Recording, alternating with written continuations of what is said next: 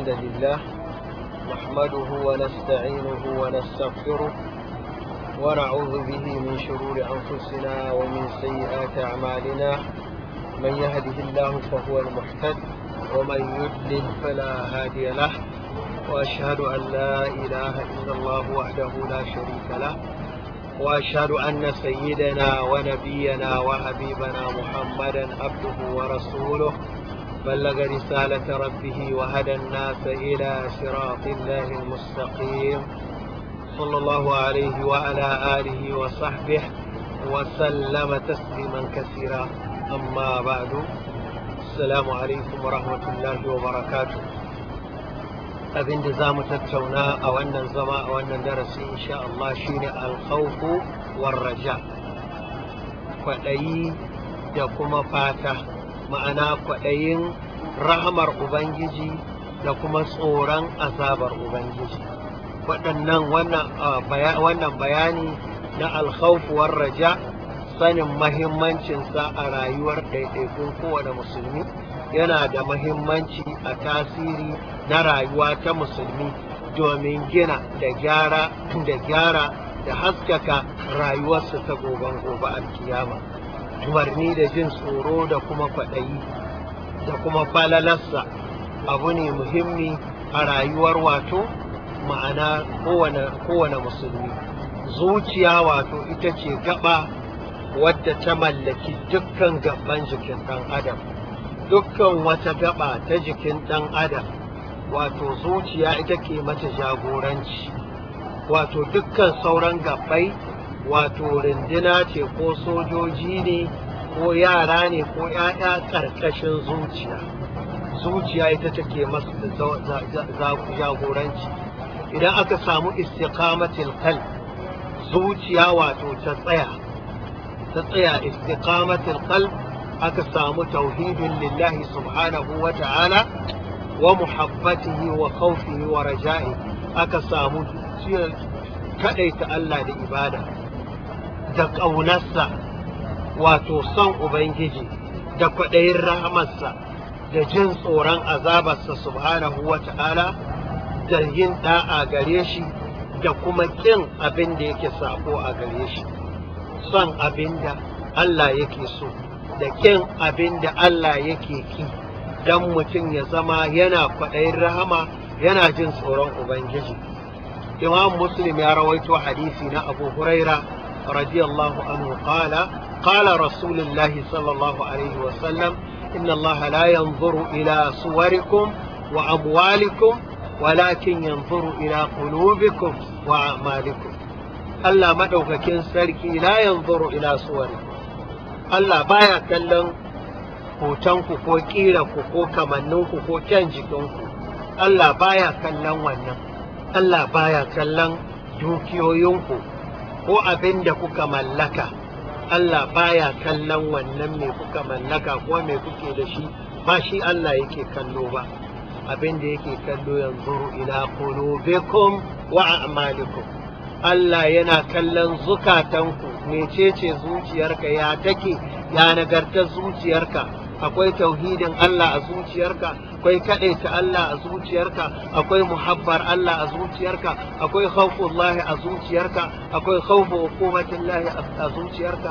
Allah shi yake abinda Allah yake kallo wa amalikum, da kuma abinda gabbanku suke aiwatarwa na aiki na yau da kullun yana fassara abin da yake zuciya. So da yawa mutum zai je wani abu na ashanatir, sai ka ji malam Bahaushe a yarensa na Hausa yana cewa kai wannan mutum ba shi da imani, wai ba zuciyarsa ya shiga ya tsaga yake cewa ba shi, aikin da ya ga yayi na asha, na rashin tausayi, na rashin sanin ya kamata, sai ya sifanta shi da rashin imani. Saboda me? Saboda ainihin yayi wani abu na tir. Al-Hasan al-Basri rahimahullahu ta'ala yana cewa wa wani mutum, Allah ba shi da haja ko wata bukata a wajen bayinsa, in ma akwai haja ko bukata ta Ubangiji a wajen bayinsa, ita ce salahu qulubuhum, gyaruwar zukatansu. Abinda Allah yake so kenan, bayinsa su zama zukatansu akwai tsarki, akwai nagarta, ayyukan bawa su zama suna da kyau, su zama a'mal ce saliha, su zama su akwai tarakku fi daril akhirah, yana abin nan wato kwaɗayin ranar lahira, yana wato nisantar al'amalu sayya'a, yana kyamar duniya da abin da wato yake cikinta na illa da muni da rashin kyau da rashin dacewa, yana tsoron Allah subhanahu wa ta'ala, yana kwaɗayin rahmarsa. Shi yasa Ubangiji subhanahu wa ta'ala ya ce inna ma yakhsha Allah min ibadihi al-ulama, kadai waɗanda suke jin tsoron Allah daga cikin bayinsa jin tsoro na hakika su ne al'ulama, su ne suke jin tsoron Ubangiji subhanahu wa ta'ala. Shi sa Allah ce amma man khafa maqama rabbih wa na'a an-nafsa 'anil hawa fa innal jannata hiya al-ma'wa. Allah ya ce wa amma man khafa maqama rabbih, wanda ya ji tsoron tsayuwa gaba ga Ubangijinsa, khafa al-qiyama, khafa al-akhirah, ya ji tsoron lahira, ya ji tsoron tsayuwa gaban Allah, khafa wuqufuhu bayna yaday Allah subhanahu wa ta'ala, ya ji tsoron tsayuwa gaba ga Allah madaukakin sarki. Sannan wa nahan nafsa anil hawa, ya hana zuciyarsa abin da take so. Inna nafsa la'ammaratun bisu, lalle zuciya mai umarni ce da mummunan aiki. Zuciyar bawa takan ɗora shi aikata abin da ba daidai ba, ya aikata abin da yake son zuciyarsa ne. Akwai saɓon Ubangiji, akwai azaba, akwai hukuma, amma zuciya ta ɗora shi a kai. Sace wani hannafsa anil hawa, ya hana zuciyarsa abin da take so na son zuciyarsa. Allah maɗaukakin sarki ya ce fa innal jannata hiya al-ma'wa, wanda ya haka ya ji tsoron Allah subhanahu wa ta'ala, ya gyara zuciyarsa, ya kyautata zuciyarsa, ya yi kwaɗayin rahamar Ubangiji, ya ji tsoron kuma azabar Ubangiji. Kwaɗayin rahamar Ubangiji kaɗai ba tare da jin tsoron wato hukubar Ubangiji ba subhanahu wa ta'ala, wannan ainihin wato yana kawo mutum ya zama cewa ya fada cikin sabon Ubangiji, komai zai ko ya aikata ce ai inna Allah ghafurur rahim, inna Allah ghafurur rahim, inna Allah ghafurur rahim, sai tana kuma inna Allah shadidul iqab. Ya hada bainal khawf war raja, la ya'asu min rahmatillah, kada ya eba kauna daga rahamar Allah ya ce yana da zunubi yana da laifi, shi ainihin wato ba zai abin nan ba zai tuba ba, in ya tuba ba tubarsa ba ta da amfani. Kada ya eba kauna daga rahamar Allah, kada kuma ya eba kauna daga rahamar Ubangiji, ya kuma ji tsoron ukubar Ubangiji, ya ji tsoron ukubar Ubangiji. Yasa Allah madaukakin sarki yana labarta mana halin yan aljanna, wa aqbala ba'duhum ala ba'din yatasaalun qalu inna kunna qablu fi ahlina mushfiqin famanna Allahu alaina wa waqana azab as-samum inna kunna min qablu nad'uhu innahu huwal barrur rahim. Suka ce aqbala ba'duhum ala ba'din, suka fuskanci juna, yatasaalun, suna tattauna, suna tambayar junansu. قالوا سكت إنا كنا قبل في أهلنا مشفقين، من كسنش الدنيا عند مكشكين يالمو أهلمو منا tsananin tsoron wannan rana, dan haka saboda jin tsoron Allah yasa suka kauce saban Allah, jin tsoron Ubangiji yasa suka kauce wa saban Ubangiji, suka zama masu tsoro.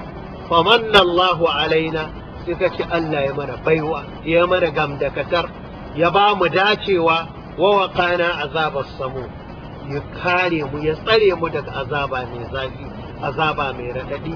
Inna kunna min qablu nad'uhu, cikin a duniya muna bauta masa, muna kiransa, muna roƙonsa, muna ce Allah ka tsare mu daga azaba.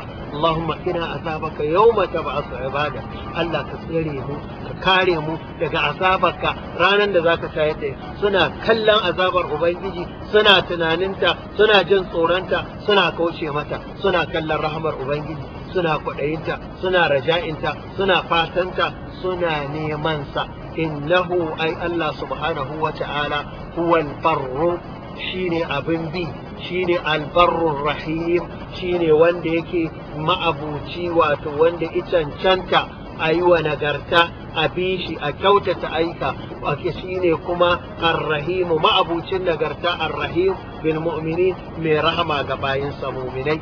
Muna roƙon Allah subhanahu wa ta'ala ya sa mu zama cikin masu jin tsoronsa, masu kwaɗayin rahamarsa tare da jin tsoron azabarsa, ba kwaɗayin rahama kaɗai ba, kar kawai kaɗai rahamar muke kwaɗayi ba ma tsoron azaba, sai mutum ya faɗa cikin makarun lahi.